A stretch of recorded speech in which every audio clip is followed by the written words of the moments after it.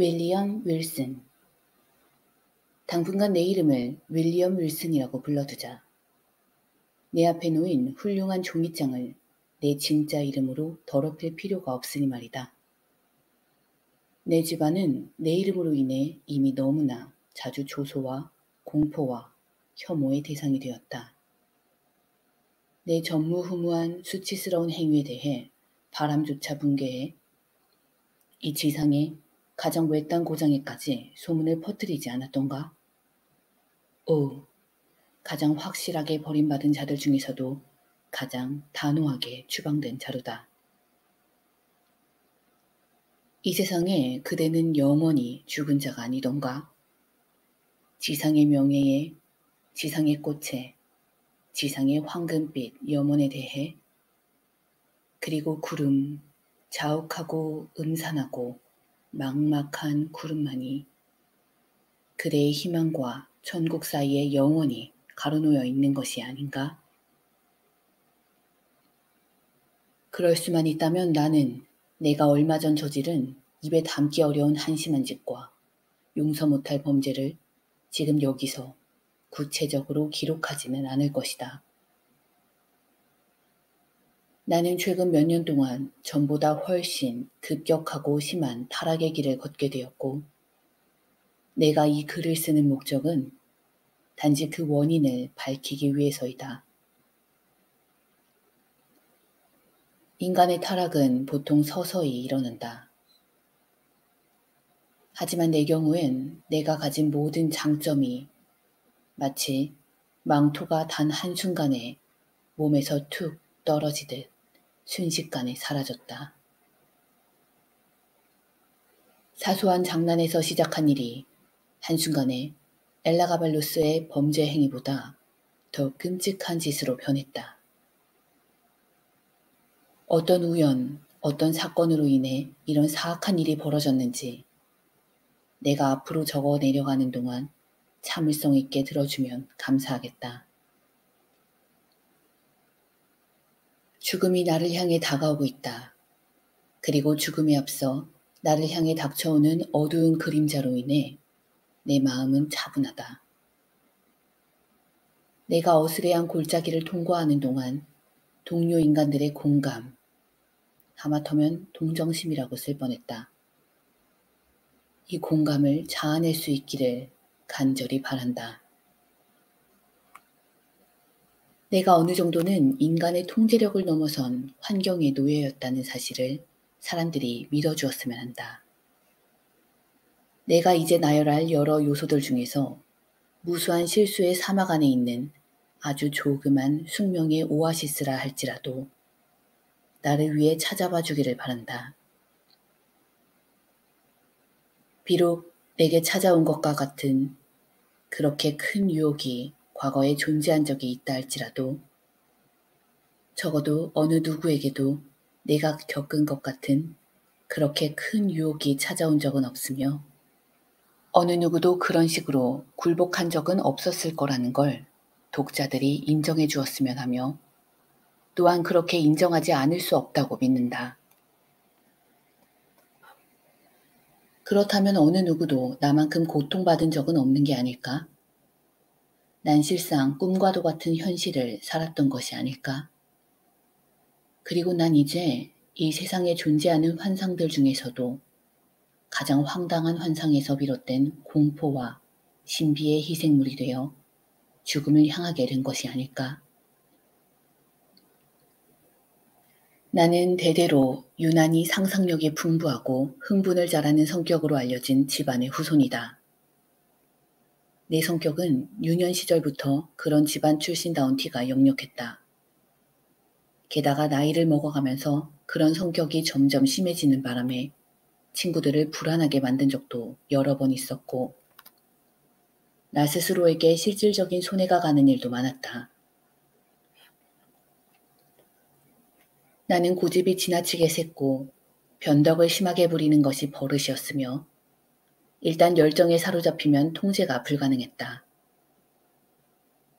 체질이 나와 비슷한 데다 마음까지 약했던 부모님은 내 이런 성마른 성격을 조절하는데 별 도움이 되지 못했다. 내 성격을 바로잡기 위해 그분들이 몇 번인가 시도한 적이 있긴 하지만 그런 미온적이고 서투른 시도는 그분들의 완전한 실패, 그러니까 물론 나의 완전한 승리로 귀결되었다. 그리고 그 뒤부터는 오히려 내 목소리가 우리 집안의 법이 되었고 나는 걸음마를 떼기도 전에 어린 나이에 이미 나 자신의 의지에 완전히 내맡겨졌고 그렇게 불리지는 않았을지라도 실제로는 모든 면에서 내 행동의 주인이 되었다. 학교 생활에 대한 가장 오래된 기억은 잉글랜드 지방의 안개 덮인 마을에 있던 커다랗고 산만한 엘리자베스 양식의 저택에 관한 것이다. 그 마을에는 옹이 가진 거목들이 무척 많았고 그 마을의 집들도 모두 지독하게 오래된 것들이었다. 그 고색 창연한 마을은 꿈처럼 마음을 편하게 해주는 곳이었다. 지금 이 순간에도 나는 마치 현실인 양 그 마을에 있던 짙게 그늘진 가로수길의 상쾌한 한기를 느낄 수 있고 수천의 관목에서 풍겨나오는 향기를 들이쉴 수 있다. 또한 나는 무늬가 새겨진 고딕 양식에 잠든 듯한 첨탑을 품어하는 고요하고 어스레한 공기를 매시간 둔중하고도 갑작스럽게 깨는 교회 종소리의 깊고 그윽한 선율을 회상하며 말로 이루다 형용할 수 없는 기쁨으로 새삼 전율에 사로잡힌다. 그 학교와 그에 관련된 일들을 하나하나 세세히 기억해내면서 나는 현재의 상황에도 불구하고 일종의 즐거움을 느낀다. 서글프게도 그게 지금 너무나 실질적인 의미에서의 비참한 기분에 푹 젖어 있는 만큼 비록 심약한 짓이지만 두서없는 몇몇 사소한 사실에 담력함으로써 미미하고 잠정적인 것일망정 위안을 구하는 걸 독자 여러분이 용서해 주리라 믿는다.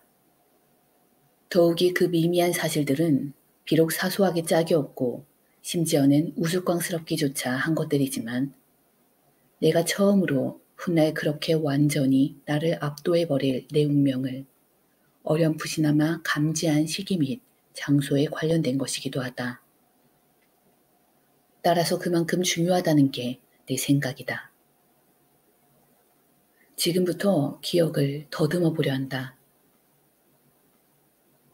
나는 앞서 학교 건물이 오래된 동시에 산만한 것이었다고 말했다. 정원은 넓었고 모르타르를 이용해 깨진 유리를 위에 박은 높고 튼튼한 벽돌담이 저택 전체를 에워싸고 있었는데 꼭 감옥의 벽 같은 이 벽이 그 영지의 경계였다. 그 경계 너머는 일주일에 3번만 볼 수 있었다. 선도교사 2명과 함께 집단으로 인근의 들판을 잠깐 동안 산보하는 것이 허락된 토요일 오후에 1번, 그리고 아침과 저녁 예배에 참석하기 위해 마을에 단 하나 있던 교회로 행렬을 지어갔던 일요일에 2번 말이다. 교회의 목사는 우리 학교의 교장이었다. 엄숙하고 느린 걸음걸이로 설교단을 올라가는 그를 멀리 떨어진 신도석에 앉아 바라볼 때 얼마나 기이하고 황당한 느낌이 들었던지. 이 거룩한 사람, 점잖고도 인자해 보이는 표정에 윤기나고 미끈한 성직자의 옷을 입고 빈틈없이 분을 바르고 뻣뻣하면서도 큰 가발을 쓴 이 사람이 과연 바로 엊그제 코담배 냄새 풍기는 옷을 입은 채 손에는 매를 들고 성난 얼굴로 가혹한 드라콘식의 학교 규칙을 실행에 옮기던 그 사람일 수 있을까?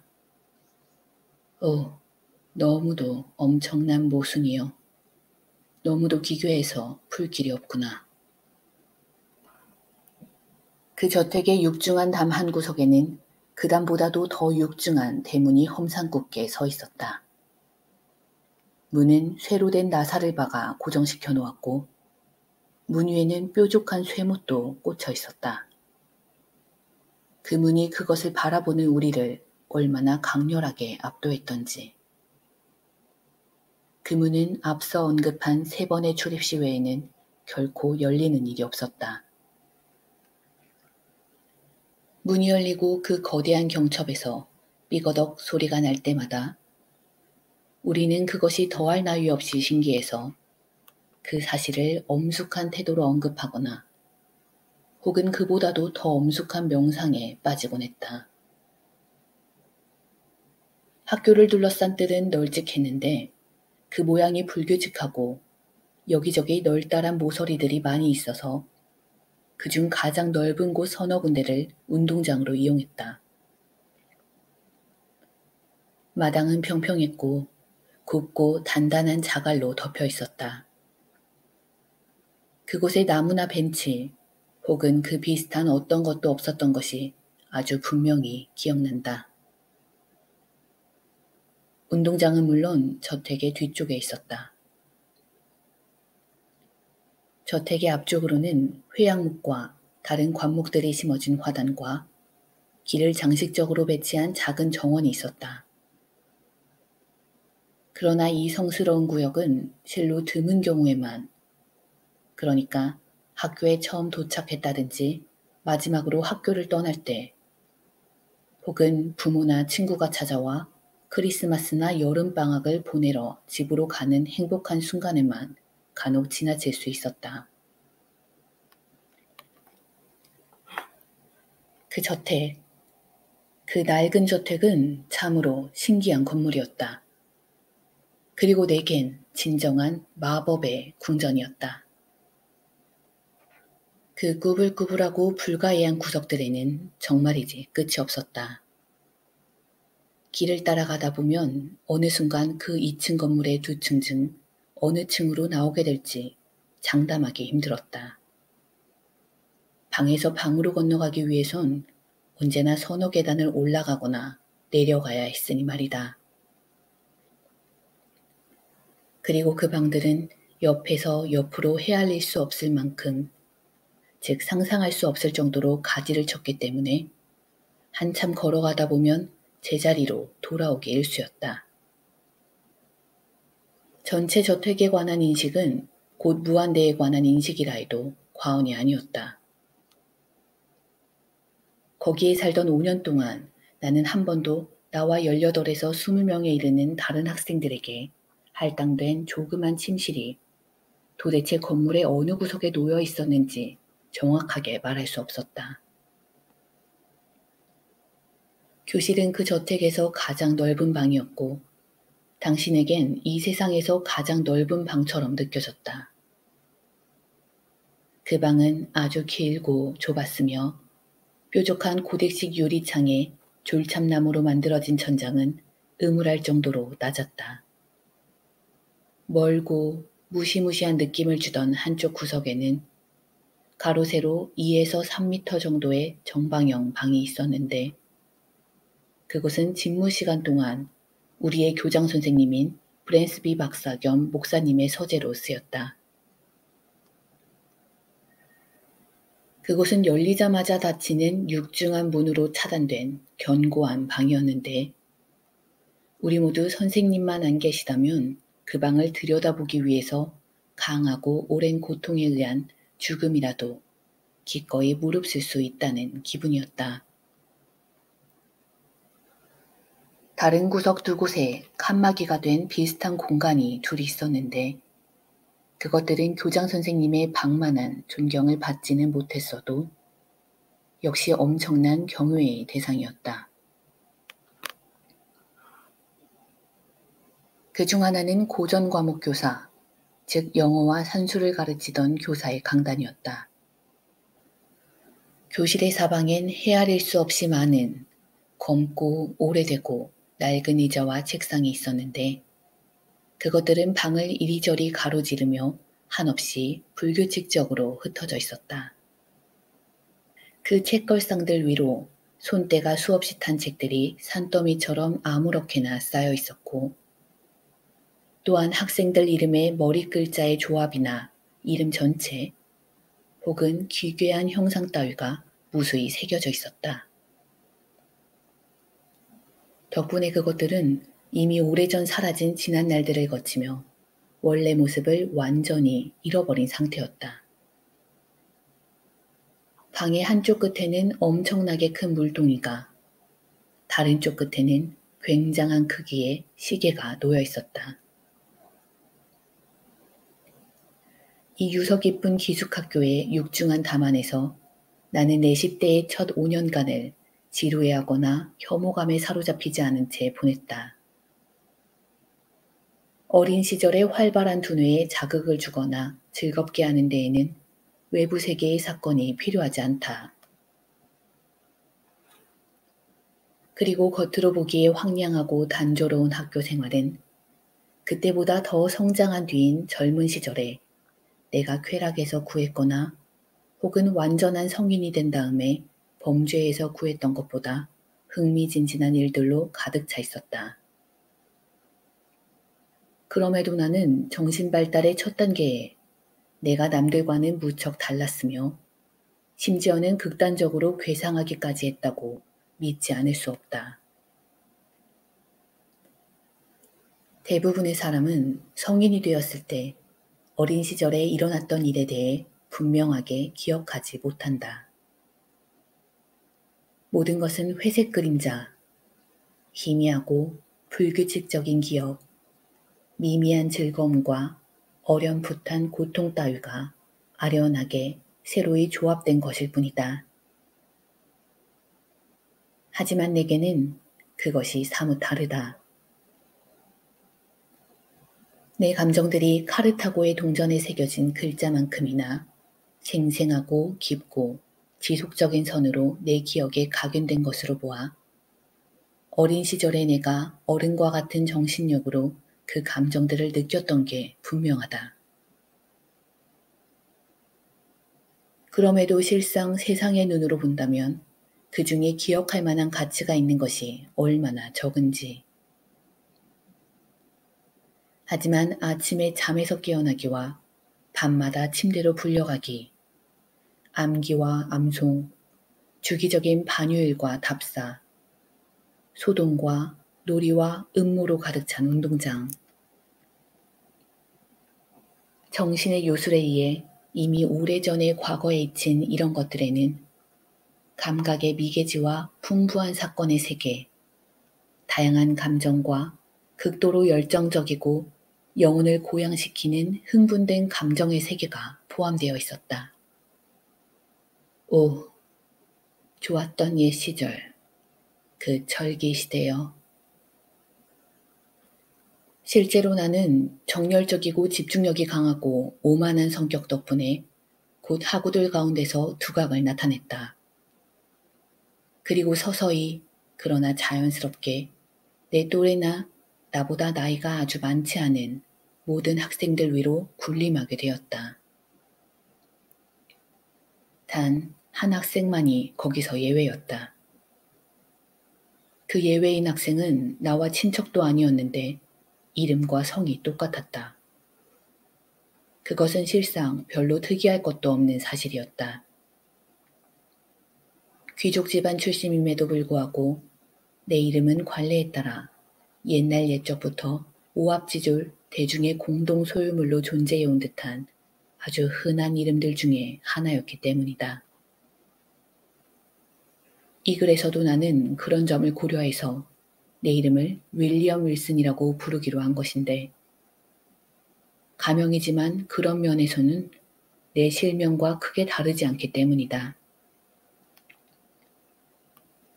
학교에서 쓰는 용어로 또래 집단을 이룬 여러 학생들 가운데서 나와 동명이인인 그 아이만이 수업 시간이나 체육 시간 혹은 운동장에서의 다툼에서 감히 나와 경쟁하고 내 주장을 맹목적으로 믿거나 내 의지에 맹목적으로 복종하기를 거부하며 요컨대 어떤 일에 대해서든 내가 내 멋대로 호령하지 못하도록 회방을 놓았다. 이 지상의 궁극적인 형태의 절대적 독재 정권이 존재한다면 그것은 바로 소년 시절에 박약한 정신을 가진 친구들 위에 군림하며 대장 노릇을 하는 소년의 독재 정권이다. 윌슨의 반역은 내게 가장 큰 낭패의 원인이었다. 남들 앞에서는 윌슨이나 그의 잘난치 않은 행위가 별것 아니라는 듯 허세를 부렸지만 속으로는 그가 무서웠으며 그 아이가 아무렇지도 않게 나와 동등하게 군다는 사실이 그가 진정으로 나보다 우월하다는 증거라는 생각이 들었다. 그 아이에게 압도당하지 않기 위해서는 끊임없는 투쟁이 불가피했다. 하지만 실제로는 나를 빼고는 어느 누구도 그가 나보다 우월하다거나 동등하다고조차 생각하지 않았다. 우리 패거리는 설명하기 힘든 그 맹목성 때문에 그 사실을 의심조차 하지 않는 것 같았다. 실상 그 아이의 경쟁과 저항, 그리고 내 목적에 대한 주제넘고 끈덕진 회방은 노골적이기보다는 은근한 것이었다. 그 아이에게는 나를 탁월한 존재로 만들어주는 야망이나 그런 야망을 가등케 하는 정열적인 지력이 모두 결핍된 것처럼 보였다. 그 아이가 나와 경쟁하는 동기는 오로지 나를 좌절시키고 놀래주며 내게 굴욕감을 주려는 묘한 욕망 때문인 듯했다. 그럼에도 때때로 나는 그 아이의 무례와 모욕과 반대의 행위에 너무나 부적절하면서도 두말할 나위 없이 달갑지 않은 다정한 태도가 섞여 있다는 사실을 목격하고는 경이감과 굴욕감과 분한 느낌이 뒤섞인 기분을 느꼈다. 나로서는 단지 이 기이한 행태가 야비하게도 후원하고 보호하는 척 자처하는 극단적인 허영심 때문일 것이라고 짐작해 볼 뿐이었다. 아마도 윌슨의 행동이 보인 이런 특징과 우리 이름이 동일하다는 사실, 그리고 우리가 우연히도 같은 날 입학했다는 사실로 인해 선배들 사이에 우리가 형제라는 소문이 난 것 같았다. 선배들이 후배들에 관한 사항을 알아볼 때 대부분은 정확성에 집착하지 않으니까. 앞서 윌슨이 나와 아주 먼 친척조차 아니라는 사실을 아마 당연히 언급했을 것이다. 그러나 만일 우리가 형제였다면 우린 분명히 쌍둥이였어야 했다.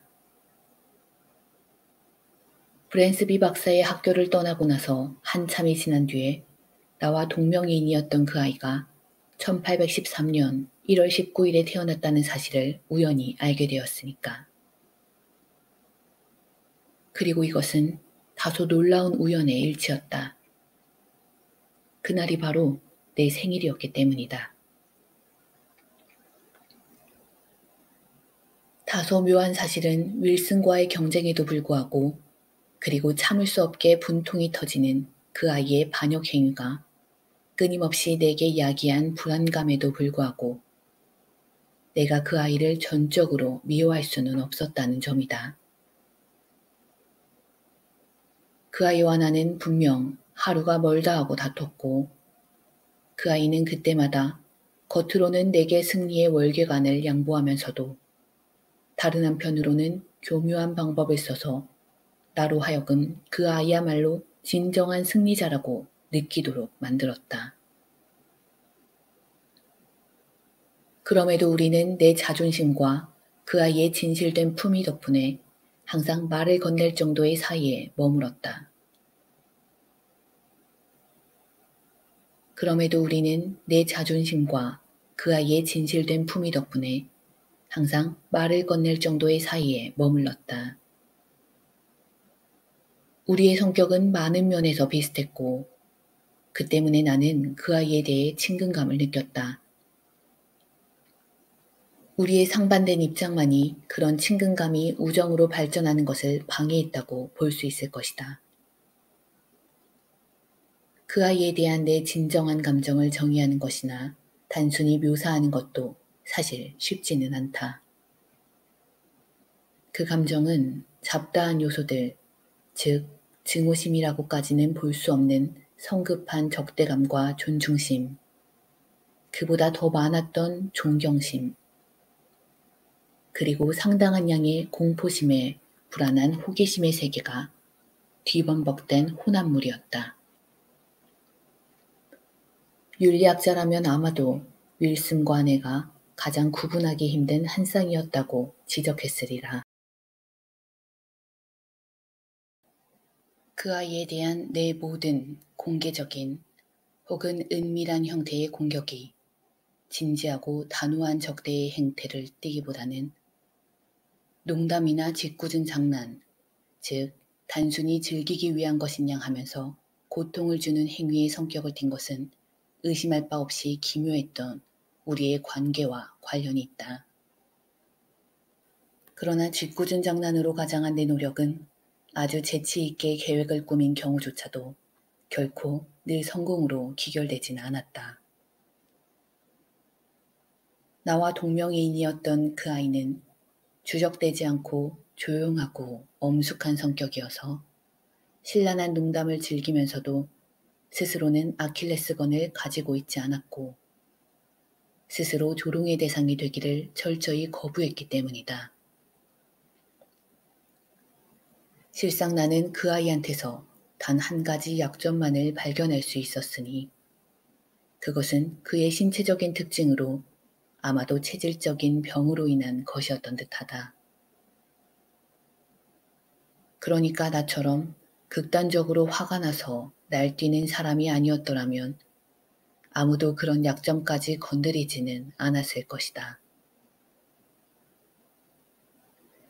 내 적수는 발성기관에 문제가 있어서 목소리를 아주 낮은 속삭임 이상으로 내는 것이 불가능했다. 나는 기회가 있으면 언제나 주저하지 않고 비열하게 그 약점을 이용했다. 윌슨 또한 비슷한 여러 가지 방법으로 내게 보복했다. 그리고 나는 이같이 짓궂은 그의 장난으로 인해 엄청나게 화가 나곤 했다. 내가 그렇게 사소한 일에 화를 낸다는 사실을 그 아이가 어떻게 처음 알아차렸는지, 어떻게 그리도 명민할 수 있었는지는 결코 풀지 못한 의문이다. 그러나 일단 내 약점을 알아버린 그 아이는 틈만 나면 내 약을 올렸다. 나는 우아하지 못한 내 성과 평범하다 못해 서민적이라 할 만한 내 이름에 항상 혐오감을 느꼈다. 내 성과 이름은 내 귀엔 독이었다. 학교에 처음 도착한 날, 난 또 한 명의 윌리엄 윌슨이 나와 같은 날 도착했다는 사실을 발견하고 바로 그 이름 때문에 그에게 화가 났으며 내 이름에 대한 혐오감도 2배로 늘어났다. 동명이인이 있다는 것은 그 이름이 2배로 반복되고 끊임없이 내 앞에 얼쩡거리는 것을 뜻했고 또한 그 혐오스러운 우연의 일치로 인해 학교의 일상생활에서 그 아이에 관련된 사항이 나에 관한 것과 혼동되는 일이 자제될 수밖에 없다는 것을 뜻하기도 했다. 그렇게 생겨난 내 우라는 내 적수와 나 사이의 정신적, 신체적인 유사성이 드러날 때마다 더 심해졌다. 그때는 내가 아직 우리가 나이조차 꼭 같다는 비상한 사실을 발견하기 전이었다. 하지만 나는 곧 우리의 키가 똑같다는 사실을 알아차렸고 나아가 전체적인 체형이나 이목구비까지도 유별나게 비슷하다는 사실을 의식하게 되었다. 나는 또한 선배들 사이에 널리 퍼진 우리가 친척관계라는 소문도 불쾌했다. 한마디로 말해 우리 사이에 존재하는 정신적, 신체적 혹은 성격의 유사성에 대한 언급보다 더 나를 불쾌하게 하는 것은 이 세상에 존재하지 않았다. 내가 그런 심리적 불쾌감을 아주 조심스럽게 감추기는 했지만 말이다. 사실 학우들이 우리의 유사성에 대해 언급하거나 혹은 단순히 주목한 적이 있다고 할 만한 근거도 없었다. 친족관계라는 소문, 그리고 윌슨 스스로 암시한 경우를 제외하면 말이다. 윌슨 자신이 그 유사성을 의식하고 그런 유사성에 따를 수도 있는 의미 모두에 나만큼이나 집착하고 있음은 분명했다. 하지만 그 아이가 그런 사정으로부터 내 화를 북돋을 거리를 그렇게 풍부하게 발견했다는 사실은 내가 앞서 말했던 그의 특별한 통찰력에 기인한다고밖에 할 수 없다. 나를 화나게 하기 위해 그 아이가 한 일은 나를 완벽하게 흉내내는 것이었다. 말과 행동 둘 다 말이다. 그리고 그 아이의 흉내내기는 정말 감탄할 만했다. 내 옷차림을 따라하기는 아주 쉬웠다. 내 걸음걸이나 일반적인 행동도 큰 어려움 없이 모방했다. 심지어 그는 자신의 신체적 결함에도 불구하고 내 목소리까지 따라했다. 물론 감히 내 목소리의 크기까지 흉내낼 수는 없었지만 음색 자체는 똑같았다. 그리하여 그 아이 특유의 속삭임, 그 속삭임은 다름 아닌 내 목소리의 메아리가 되었다. 이 절묘한 초상화, 그의 흉내내기를 풍자화라고 부르는 것은 그 빼어난 정확성에 걸맞지 않으니 말이다. 이 절묘한 초상화가 얼마나 나를 괴롭혔는지 정확히 묘사할 길은 없으리라. 그의 모방을 알아보는 사람이 나뿐이었다는 사실, 그리고 나를 괴롭히던 것이 나와 동명이인인 그 아이의 의미심장하고 기묘한 조소뿐이었다는 사실만이 내 유일한 위안거리였다. 그 아이는 자신이 내게 준 상처에 대해 은밀히 킬킬거리면서 자신이 의도했던 대로 내 마음을 뒤흔든 것에 만족하는 듯했고 자신의 재치 있는 노력이 성공한 것을 보고 대중들이 보냈을 수도 있는 갈채에 대해서는 별반 개의치 않았다. 사실 어째서 다른 학생들이 그 아이의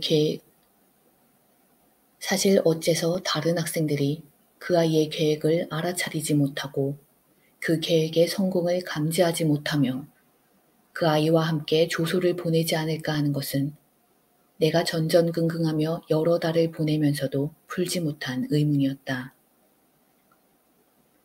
아마도 그의 흉내내기가 서서히 이루어졌기 때문에 다른 아이들이 그것을 쉽게 알아차릴 수 없었는지도 모르겠다. 혹은 모방자의 거장다운 솜씨 덕분에 다른 아이들이 그것을 알아차리지 못했다고 보는 것이 더 타당할지도 모르겠다.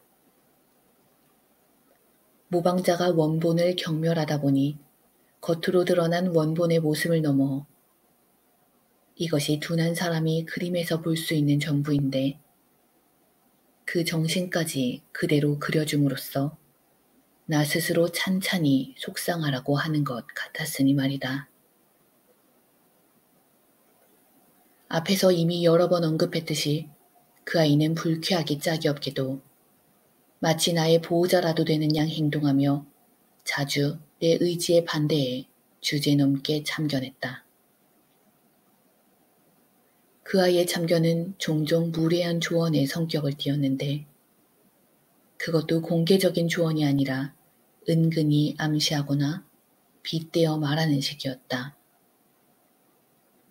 나는 그런 조언이 끔찍하게 싫었고 그 같은 혐오감은 시간이 흐를수록 더욱 심해졌다.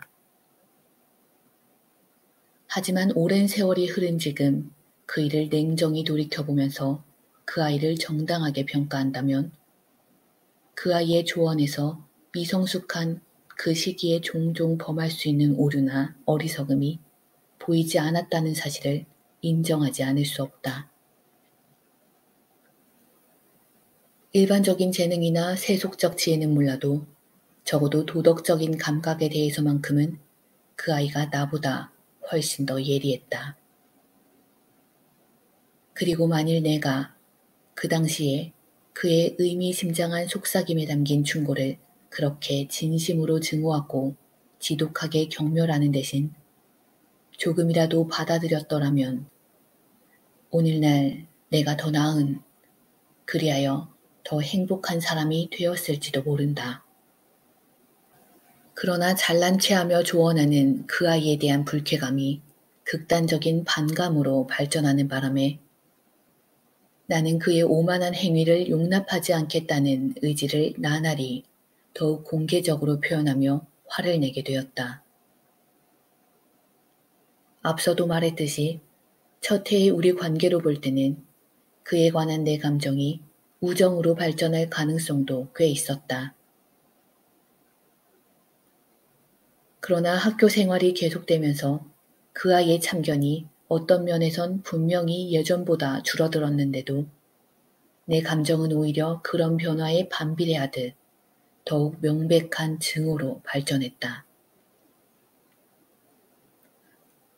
그러다 보니 어느 시점에선가 그 아이가 그런 사실을 알아차린 것 같다. 그 후론 나를 피하거나 적어도 피하는 신용이라도 했으니 말이다. 내 기억이 맞다면 그런 일이 있었던 때와 거의 같은 시기에 나는 그 아이와 격렬한 논쟁을 벌였다. 그때 그 아이는 경계태세를 누그러뜨린 듯 평소 그의 성격과는 다소 어긋나게도 솔직하게 나왔다. 처음에는 그 아이의 언동과 태도에 놀랐지만 곧이어 그 아이에 대해 깊은 관심을 갖게 되었다.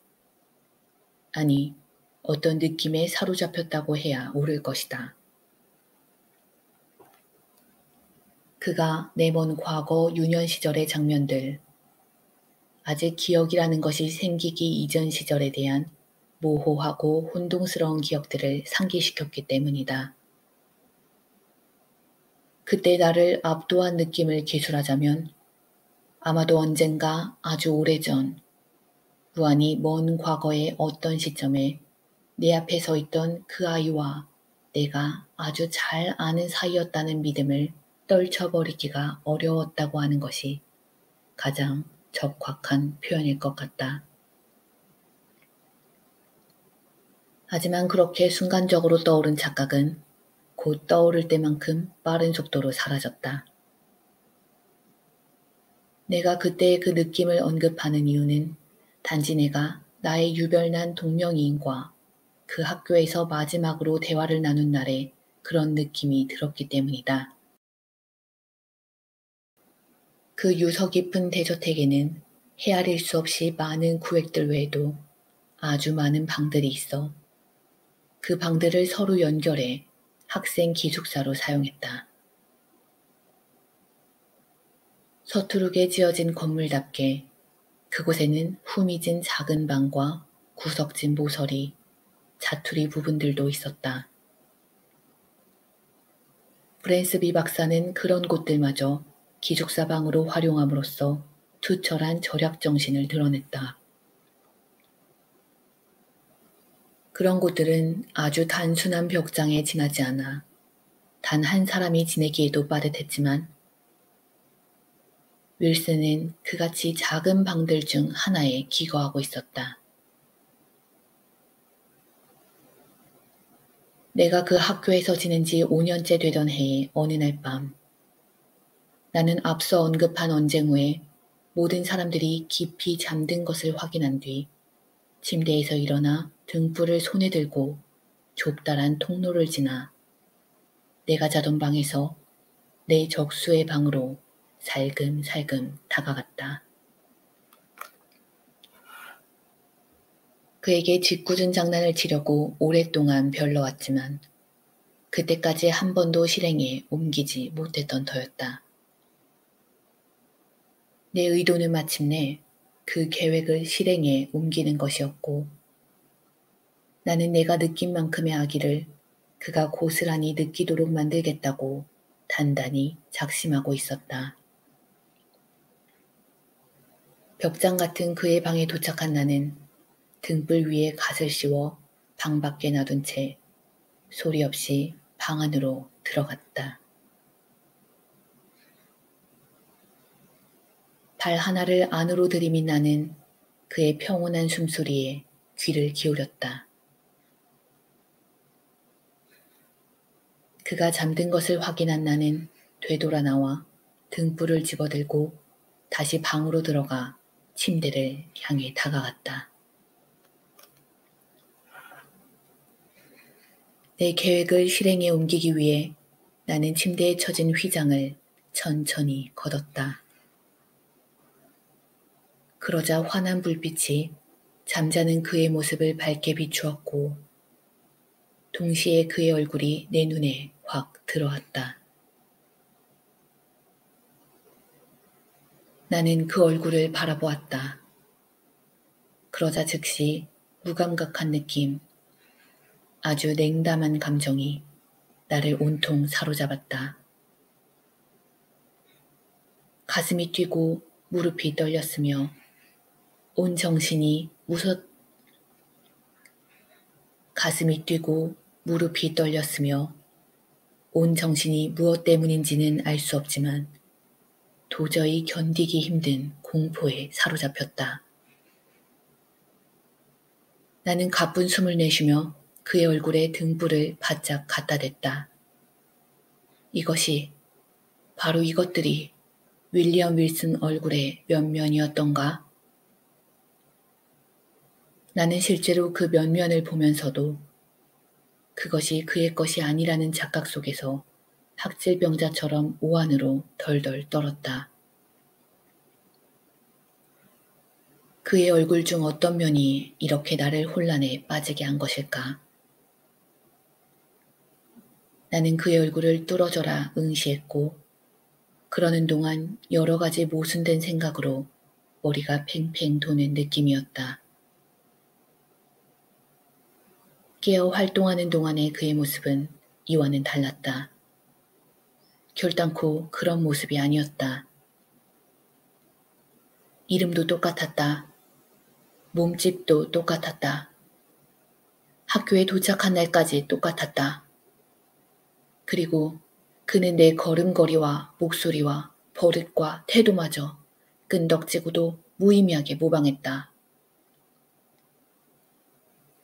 과연 지금 내가 목격하는 이 모습을 단순히 그가 나를 습관적이고 조소적으로 모방한 결과라고만 볼 수 있는 것일까? 그런 일이 정말 가능한 것일까?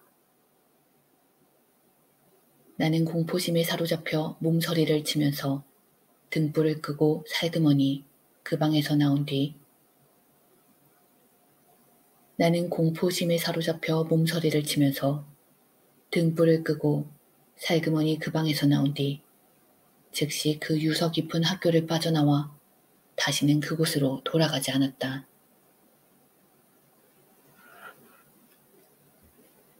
집에서 빈둥빈둥 몇 개월을 보낸 후 나는 이튼에 입학했다.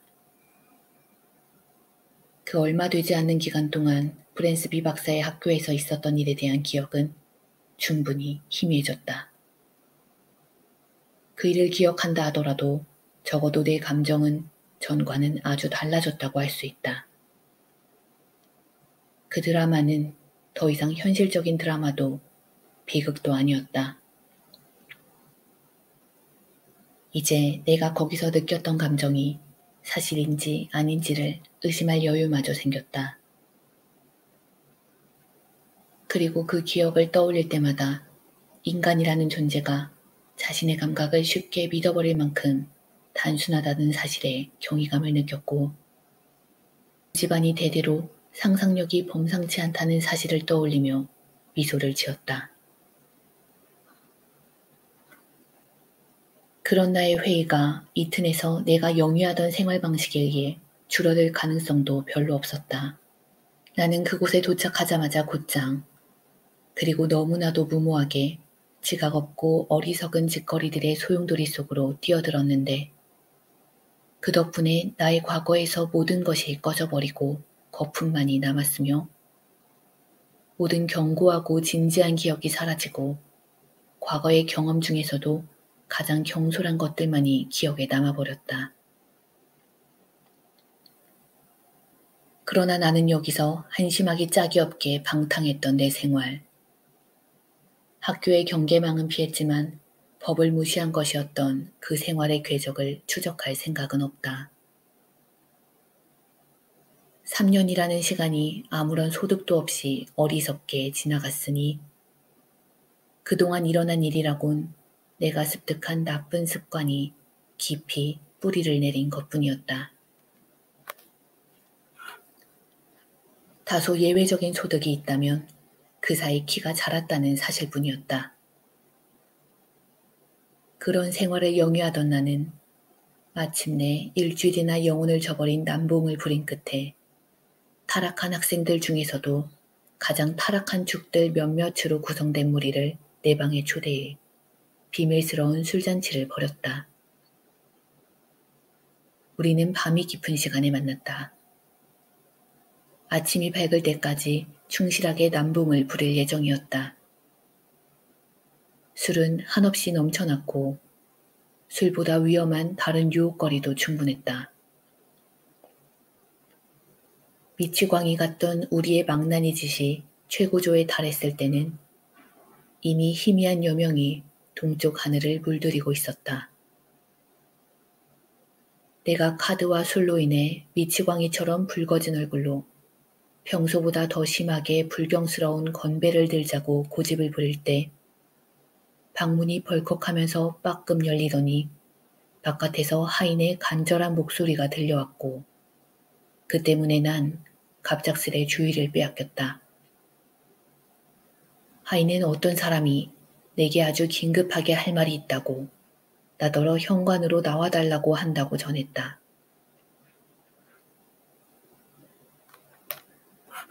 이미 포도주에 만취했던 나는 그 불의의 방해에 놀라기보다는 오히려 흥겨워졌다. 나는 비틀거리며 방 밖으로 걸어나갔고 몇 발짝 가지 않아 현관에 다다랐다. 천장이 낮고 비좁은 그 현관에는 등이 달려있지 않았다. 그리고 그 순간 반원형 창문을 통해 비쳐 들어오던 희미한 여명을 제외하면 어떤 빛도 그곳을 비춰주지 않았다. 문턱에 발을 올려놓는 순간 나는 키가 나와 비슷하고 그때 내가 입고 있던 것과 똑같이 요즘 유행하는 방식으로 재단된 흰색 캐시미어 프로코트를 입은 젊은 청년을 발견했다.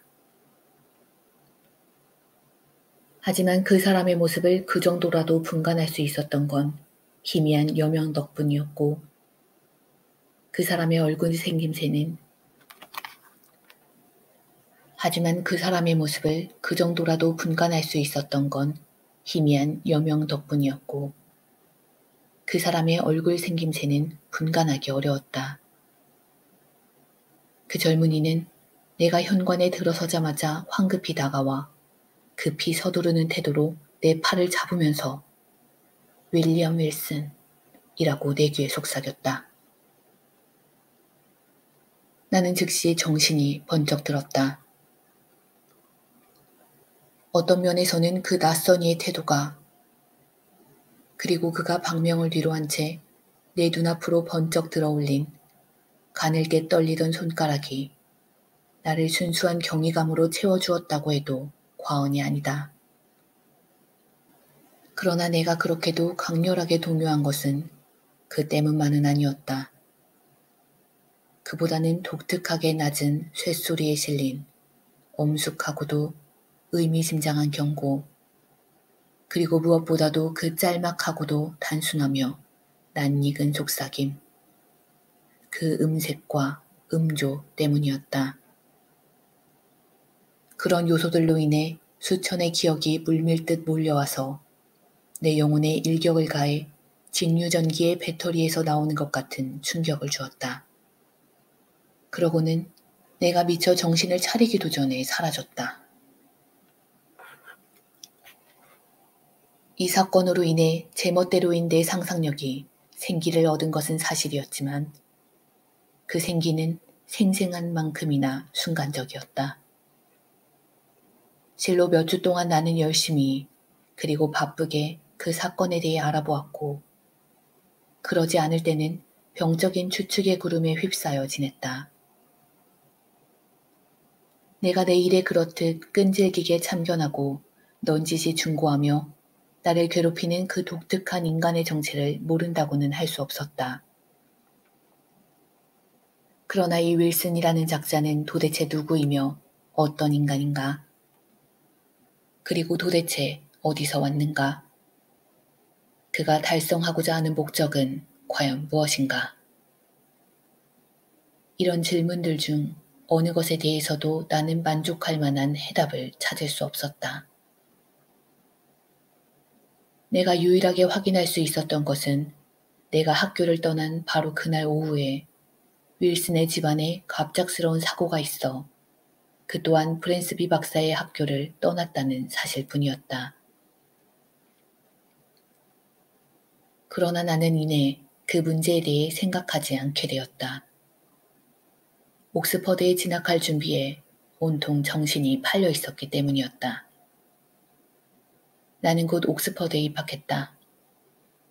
부모님은 허영심에 차서 이것저것 심사숙고하지 않고 내게 의복들과 정기적인 연수입을 마련해 주었다. 그 수입으로 나는 이미 내 삶의 소중한 요소를 이룬 사치에 마음껏 탐닉했고 헤프게 낭비하는 일에 있어서라면 대영 제국에서 가장 부유한 백작의 가장 오만한 상속자와도 겨룰 수 있을 정도였다. 그렇게 타락을 즐기기에 알맞은 환경에 고무되어 그렇지 않아도 타락을 즐기는 체질이던 나는 더욱더 열정적으로 타락에 휩쓸렸고 최소한의 품위를 지키기 위한 평범한 근신조차도 헌신짝처럼 내던진 채 미친 듯이 방탕한 삶에 빠져들었다. 그러나 여기서 내 방종한 언행을 시시콜콜 묘사하는 것은 쓸데없는 지면 낭비일 것이다. 내 방탕이 헤롯 왕조차 능가했고 당시 유럽의 대학 중에서도 가장 타락한 대학에서 성행하던 악습들의 긴 목록에 내 이름을 딴 악습들의 짧지 않은 목록이 추가되었다고 말하는 것으로 족하리라. 하지만 내가 전문 도박꾼이 사용하는 방식 중에서도 가장 사악한 방식을 익혀 그 경멸할 만한 기술에 정통한 뒤 동료 대학생들 중에서도 가장 어리석은 족속들을 속여서 이미 엄청난 양에 달했던 내 수입을 더욱 늘리는데 습관적으로 활용할 정도로 저열하고 비신사적인 경지로 떨어졌다고까지는 아무도 짐작하지 못했다. 그러나 내가 그런 짓을 한 것은 사실이었다. 그리고 다름 아닌 그 행위가 인간적이고 명예로운 모든 정서에 반한 극악무도한 짓이라는 사실이 내 행위가 발각되지 않고 지속될 수 있었던 유일한 혹은 주된 이유였다. 내 친구들 가운데 가장 방탕한 지들이라 하더라도 실로 이 쾌활하고 솔직하며 너그러운 친구인 윌리엄 윌슨이 그런 짓을 했으리라고 의심하느니 차라리 자기가 직접 보고 들은 명명백백한 증거를 의심하지 않겠는가. 주변에서 나를 따르던 한심한 친구들이 보기에 나는 옥스퍼드에 다니는 자비생 중에서도 가장 존귀하고 도량이 넓은 친구였고 내 어리석은 행위들은 젊음과 발랄한 상상력의 소산일 뿐이었다. 그리고 내 잘못이라면 타의 추종을 불허하는 변덕 정도이고 내 가장 나쁜 단점이라면 경솔하고 기세 좋은 무절제를 꼽을 수 있었다. 내가 이런 식으로 분주하게 두 해를 성공적으로 보내고 난 뒤 우리 학교에 글렌디닝이라는 벼락부자 출신의 젊은 귀족이 입학했다.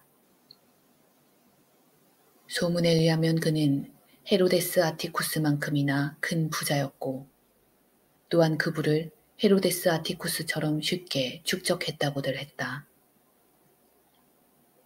나는 이내 그가 그리 똑똑하지 못하다는 것을 알아차렸고 따라서 내 솜씨를 발휘할 손쉬운 대상으로 당연히 그를 지목했다. 나는 그와 자주 도박판을 벌여 그를 상대로 도박꾼들이 흔히 쓰는 기술을 활용했다.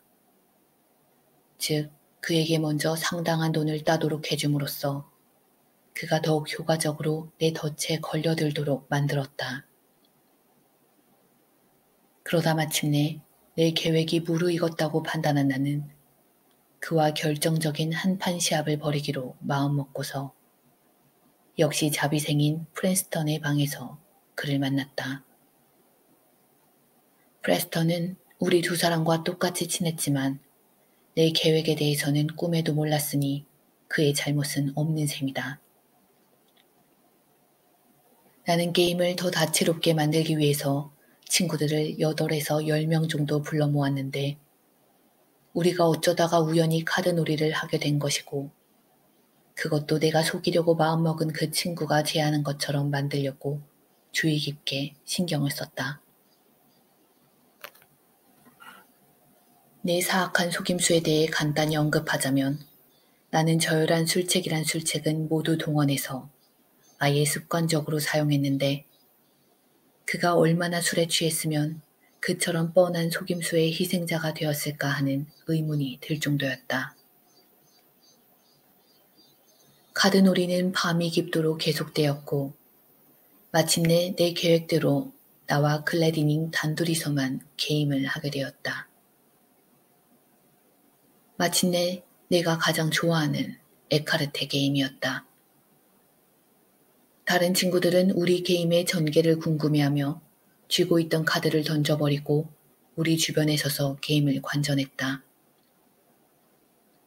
그 벼락부자 친구는 그날 저녁 일찍부터 내 책략에 넘어가 술을 많이 마신 탓인지 카드를 섞고 나누고 게임하는 태도가 눈에 띄게 불안정했다. 그러다가 그는 아주 순식간에 엄청난 액수의 돈을 잃었는데 그러자 큰 잔의 포트와인을 따라 단숨에 마신 뒤 내가 이미 침착하게 예상했던 대로 그렇지 않아도 터무니없이 큰 액수였던 판돈을 2배로 올리자고 제안했다. 나는 계속 그의 제안을 거절해서 그가 화를 내도록 부추긴 뒤 마치 내가 홧김에 그의 제안을 받아들이는 것처럼 꾸며 마침내 마지못한 척 그 제안에 동의했다. 결과는 물론 내 재물이 얼마나 완벽하게 내 올가미에 걸려들었는지를 증명하는 것뿐이었다. 그의 빚은 1시간도 되지 않아 4배로 늘어났다. 그동안 그의 안색은 점점 술기운으로 인한 붉은 빛을 잃어갔다.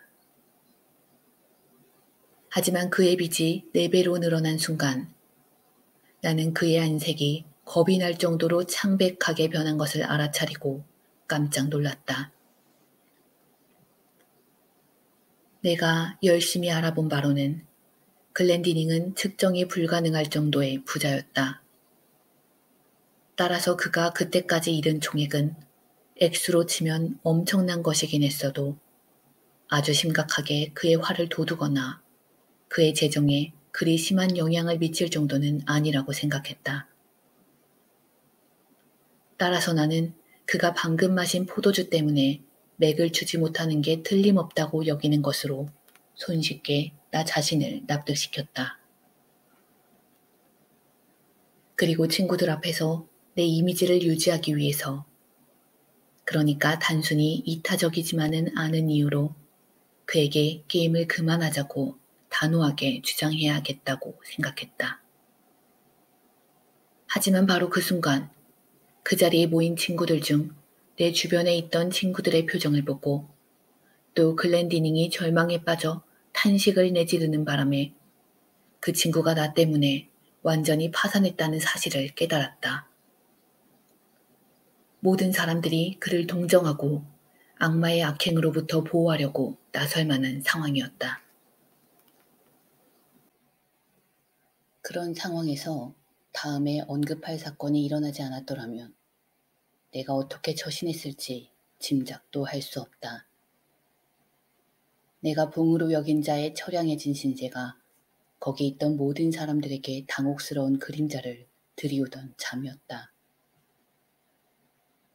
한동안 깊은 침묵이 흘렀는데 그런 침묵 속에서도 그 자리에 있던 친구들 중 좀 덜 파렴치한 부류가 내게 던지는 타는 듯한 조소와 비난의 눈길 때문에 뺨이 화끈화끈 달아올랐다.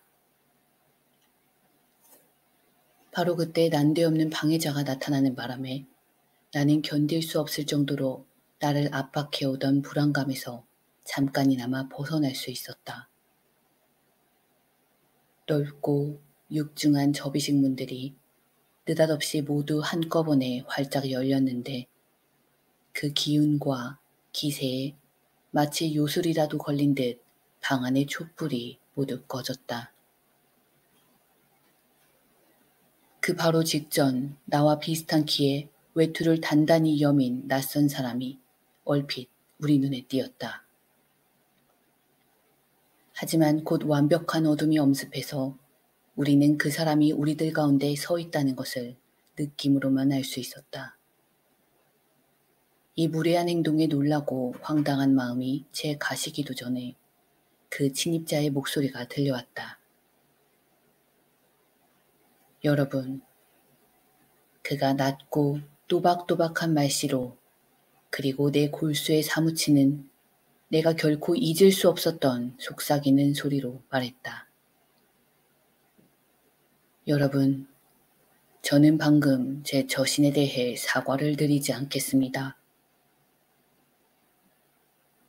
사과를 드린다면 제 의무를 다하는 것이 아니기 때문입니다. 오늘 밤 에카르테 게임에서 글렌디닝 경을 상대로 큰 돈을 딴 저자의 진짜 정체에 대해서 여러분은 분명 모르고 계실 겁니다. 따라서 저는 그 중요한 정보를 얻을 수 있는 빠르고 결정적인 방법을 여러분께 알려드리고자 합니다. 저자가 입은 실내복의 왼쪽 소매 끝 안단과 수놓아진 큼지막한 주머니를 보시면 작은 꾸러미가 몇 개 있을 겁니다. 그것들을 조사해 보시기를 권합니다. 그가 이렇게 말하는 동안 그 방은 바늘이 마룻바닥에 떨어지는 소리마저 들릴 정도로 고요했다. 말을 마친 즉시 그는 들어올 때와 마찬가지로 갑작스럽게 떠났다. 그때의 내 기분을 묘사할 수 있을까? 그럴 필요가 있을까? 저주받은 자가 느낄 만한 공포란 공포가 모두 한꺼번에 내게 밀려왔다고 굳이 말할 필요가 있을까? 분명한 사실은 이런저런 생각을 할 시간도 별로 없었다는 점이다.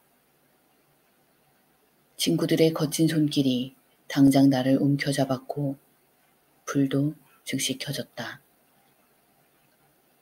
그런 후 몸수색이 뒤따라서 내 옷 소매의 안단에서 에카르테 게임에 이기기 위해 꼭 필요한 카드인 킹, 퀸, 잭 등의 카드를 그리고 내 실내복 주머니에서 우리의 카드놀이에서 사용한 것과 똑같이 생긴 기술적인 용어로 둥글린 카드라 부르는 몇 벌의 카드를 찾아냈다.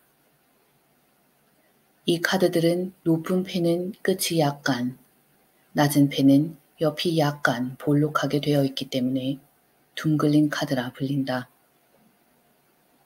이런 카드는 카드놀이의 결과에 영향을 미칠 수밖에 없는데 속임을 당하는 사람은 카드놀이를 하는 사람들이 흔히 그렇듯이 세로 길이에 맞춰 패를 떼기 때문에 어김없이 상대방에게 높은 패를 주게 되고 반면 노름꾼은 가로 길이로 패를 떼어 그의 희생자에게 낮은 패를 주게 된다.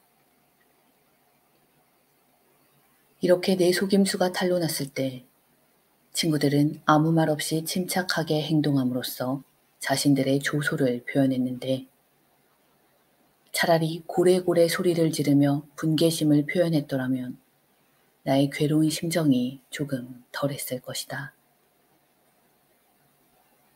윌슨 씨, 자기 방에서 카드놀이를 벌이게 해준 친구가 몸을 굽혀 진귀한 모피로 된 아주 값비싼 외투를 방바닥에서 집어들면서 말했다. 윌슨 씨, 당신 외투는 여기 있습니다. 여기서 당신이 속임수를 썼다는 증거를 더 찾아볼 필요는 없겠지요. 지금까지 발견한 증거만으로도 충분하고도 남습니다. 당신이 옥스퍼드를 떠나시기를, 적어도 지금 당장 내 방만큼은 떠나시기를 바란다는 말씀을 제가 드릴 필요도 없기를 바랍니다. 그때 만일 내가 그렇게까지 완전히 놀란 상태가 아니었더라면 나는 이처럼 나를 터럭만도 못하게 굴욕적으로 취급하는 그의 따가운 언사의 분기에서 즉시 그에게 덤벼들었을 것이다. 내가 입고 간 그 코트는 아주 진귀한 모피로 만든 것이었는데 그것이 얼마나 희귀하고 값비싼 것이었는지에 대해서는 이 자리에서 감히 말하지 않겠다. 게다가 내가 스스로 디자인까지 한 정말 색다른 것이었다. 나는 이처럼 피상적인 것을 가지고 멋을 부리는데 도가 지나칠 정도로 까다로웠으니까. 따라서 프레스턴이 접이문 근처 마룻바닥에서 외투를 주어 내게 건네주었을 때 나는 이미 팔에 나도 모르게 집어들었던 게 분명한 내 외투를 걸고 있었으며 프레스턴이 건네준 외투의 모든 부분이 내 외투와 정확히 일치한다는 사실을 발견하고 공포에 가까운 놀라움을 느꼈다. 나는 나의 술책을 폭로해 내게 그렇게 막심한 창피를 준 그 이상한 사람이 외투를 꼭 여미고 있었다는 사실을 기억해냈다. 더욱이 나를 제외하면 거기 모인 사람들 중 아무도 외투를 입지 않았었다는 사실도 기억났다. 나는 가까스로 침착을 유지한 채 프레스텐이 건넨 외투를 남들이 눈치채지 않게 내 외투 위에 올려놓았다. 그리고 단호하고도 도전적으로 성난 표정을 지으며 그 방을 빠져나와 공포와 수치로 인한 크나큰 심적 고통에 시달리며 다음날 아침날이 밝기 전에 옥스퍼드를 떠나 황급히 대륙을 향해 떠났다. 내 도망은 헛되었다. 내 사악한 운명은 의기양양한 태도로 나를 추격해와서 그의 신비로운 지배력이 실은 이제 겨우 시작 단계였을 뿐이라는 것을 증명해 보여주었다. 파리에 도착한 즉시 나는 그 윌슨이라는 작자가 가증스럽게도 여전히 내 일에 참견하고 있다는 사실을 증명하는 새로운 증거를 발견했다. 그 뒤 여러 해 동안 그의 행태는 같은 방식으로 계속되었다. 전하의 나쁜 놈 같으니. 로마에선 그가 나와 내 야망 사이에 가능한 최악의 시점에 얼마나 터무니없고 주제넘게 개입했던가. 동일한 일이 비엔나와 베를린과 모스크바에서도 반복되었다. 내가 가는 곳이라면 어디에서나 그는 나로 하여금 가슴속 깊은 곳으로부터 쓰디쓰게 그를 저주할 수밖에 없는 이유들을 제공했다. 그의 불가해한 횡포로부터 나는 역병을 피해 도망치듯 공포에 질려 계속 도망쳤다. 지구 끝까지 이어진 내 도망은 헛되었다. 그리하여 난 다시 또다시 나 자신의 정신과 은밀하게 교감하며 자문했다. 이 윌슨이라는 작자는 도대체 누구인가? 어디서 왔는가? 그리고 도대체 그의 목적은 무엇인가? 그러나 대답을 발견할 수는 없었다. 그래서 나는 그의 주제 넘은 감시의 형태와 방법과 주된 특징을 꼼꼼히 살펴보았다. 그러나 그렇게 따져보아도 가설로 세울 만한 것은 별로 없었다. 하긴 그가 최근 내 앞길을 가로막은 여러 예들을 따져보자면 그 모두의 목적이 만일 내가 내 계획을 그대로 밀고 나갔다면 남들에게 끔찍한 해를 끼칠 수도 있는 행동을 좌절시키는 것일 뿐 다른 목적은 없었다는 사실이 주목할 만하긴 하다. 하지만 그런 목적이 그렇게 남의 권리를 침범하고 권위를 가로채는 걸 정당화할 순 없다. 그런 목적이 있다고 해서 자결권이라는 천부적 권리를 그렇게 끈질기고 모욕적으로 부인해도 좋다는 면책권을 획득할 수는 없는 것이다. 또한 나는 내 고문자가 내 일에 오랫동안 주제넘게 참견하던 내내 아주 용의주도하고 기적적인 솜씨로 나와 똑같은 옷을 입고 나타났지만 그러면서도 무슨 이유에서인지 자신의 얼굴 생김새만은 드러내지 않으려 했다는 사실을 눈치챘다. 윌슨이 어떤 인간이든 적어도 위의 사실만은 그가 지닌 가장 극단적인 허식이거나 우행의 산물임에 틀림없었다.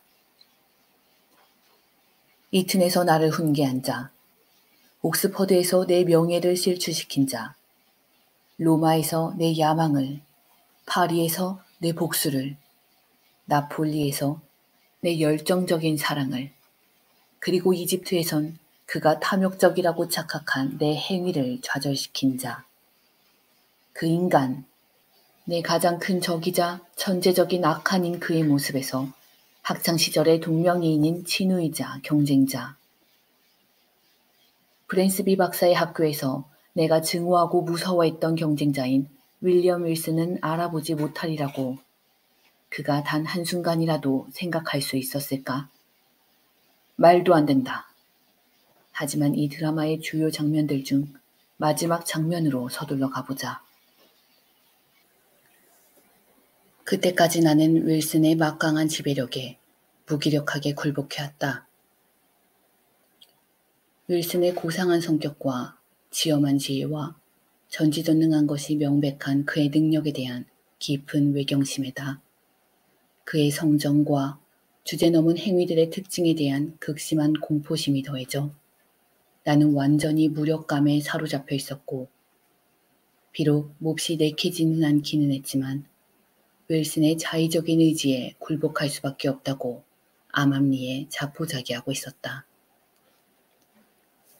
그러나 그 시점에 포도주에 완전히 절어 살다시피 한 나는 유전으로 물려받은 성격에 포도주가 끼치는 영향이 워낙 걷잡을 수 없이 격렬해져서 점점 더 어떤 통제도 참지 못하게 되었다. 그리하여 나는 중얼중얼거리면서 망설이고 저항하기 시작했다. 그런데 내 태도가 확고해지는 것에 비례해 내 고문자의 자신감이 점점 줄어들고 있다는 확신이 들기 시작했으니 이런 나의 믿음은 단순한 상상력의 소산이었을까? 그렇든 어떻든 나는 이제 강한 희망이 싹트는 것을 느끼기 시작했으며 급기야는 더 이상 그에게 굴복하여 그의 노예로 전락하지 않겠노라고 비밀리에 단호하고도 필사적인 결심을 키워나갔다. 1800년대 로마의 카니발 기간 동안 나는 나폴리 출신의 디브롤리오 공작의 궁전에서 개최된 가면무도회에 참석하게 되었다. 보통 때보다 더 부어라 마셔라 하며 포도주에 극단적으로 탐닉하던 나는 사람들로 들끓는 방들의 질식할 듯한 분위기에 견딜 수 없을 정도로 짜증이 났다. 모인 사람들 사이를 미로처럼 뚫고 지나가야 한다는 사실에 화가 머리끝까지 치솟았다.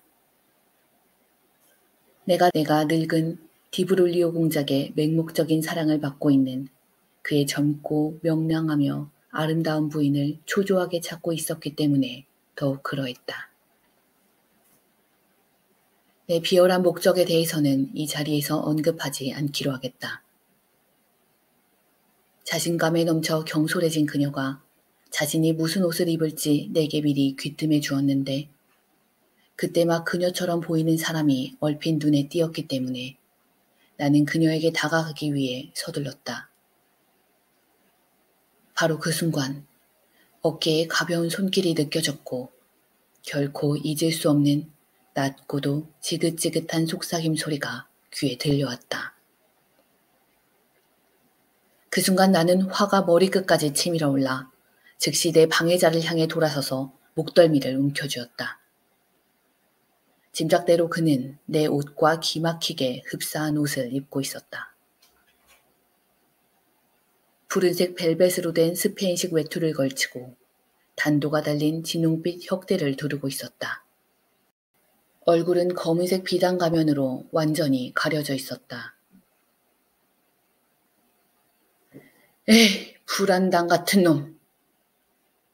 나는 분노로 인해 탁해진 목소리로 말했는데 한마디 한마디 내뱉을 때마다 화가 더욱더 치솟는 느낌이었다. 불안당, 협잡군, 저주받아 마땅한 악당, 내 놈이 죽을 때까지 끈질기게 나를 쫓아다니지 못하게, 결코 그러지 못하게 만들고 말 테다. 쫓아만 다녀봐라. 서 있는 그 자리에서 네 놈을 찔러 죽이고 말 테니. 그리고 나서 나는 저항하지 못하는 그를 질질 끌면서 사람들 사이를 마구 헤쳐 무도회장을 나와 그 옆에 작은 곁방으로 데리고 갔다. 일단 방에 들어간 뒤 나는 그를 바닥에 확 내동댕이 쳤다. 곧바로 문을 닫고 그에게 욕설을 퍼부으며 칼을 뽑으라고 명령하는 사이 그는 비틀비틀 일어나서 벽에 기대어 섰다.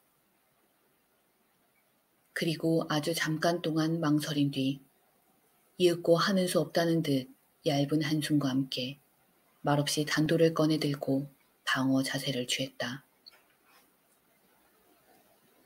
막상 결투는 아주 짧았다. 나는 온갖 종류의 격렬한 흥분으로 날뛰는 광란 상태에 있었고 내 팔에서 일당백의 에너지와 힘을 느꼈다. 결투가 시작된 지 몇 초도 되지 않아 나는 그를 힘 하나만으로 벽으로 밀어붙여 굴복시킨 뒤 그의 가슴에 칼을 난폭하고 잔인하게 여러 번 내리꽂았다. 바로 그 순간 밖에서 누군가가 문의 빗장을 흔들었다. 나는 서둘러 문으로 다가가서 그 사람이 들어오지 못하게 막은 다음 죽어가는 적을 향해 다가갔다. 하지만 그때 내 앞에 펼쳐진 모습을 보고 내가 느낀 경악과 공포의 감정을 인간의 언어로 어떻게 다 제대로 묘사할 수 있단 말인가. 내가 눈을 돌린 짧은 순간 동안 방의 위쪽 혹은 반대쪽의 배치가 완전히 달라진 것이 분명했다. 정신이 혼미한 내겐 그 순간 바로 전까지도 아무것도 없던 자리에 커다란 거울이 걸려있는 것처럼 보였다. 완전히 공포에 질린 내가 거울을 향해 한 발짝, 두 발짝 다가가자 창백하게 질리고 피로 얼룩진 내 모습이 나를 만나기 위해 힘없이 비틀거리며 한 걸음, 두 걸음 다가왔다. 하지만 그것은 내 느낌이었을 뿐 실제는 물론 달랐다. 그때 내 앞에 서서 죽음의 고통을 견디던 사람은 내 적인 윌슨이었다. 그의 가면과 외투는 그가 벗어던진 그대로 마룻바닥 위에 놓여 있었다. 그의 복장 중에서 단 하나의 실오라기도 그의 얼굴 전체에 독특하게 두드러진 윤곽 중에서 단 하나의 선도 나 자신의 것과 다른 것은 없었다. 그것들은 나의 것과 절대적으로 동일했다. 그 사람은 윌슨이었다. 하지만 그는 더 이상 속삭이는 목소리로 말하지 않았으니 그가 다음과 같이 말하는 동안 나는 마치 나 스스로 말하고 있는 것 같은 느낌을 받았다. 네가 이겼고 내가 졌다는 것을 인정한다. 하지만 지금부터는 너 또한 죽은 거나 마찬가지다. 넌 세상과 천국과 희망에 대해 죽은 존재니까. 넌 여태까지 내 안에서 존재해 왔으니까. 너의 모습과 똑같은 내 모습을 보면서 나를 죽임으로써 네가 얼마나 철저하게 너 스스로를 살해한 것인지 똑똑히 보라고.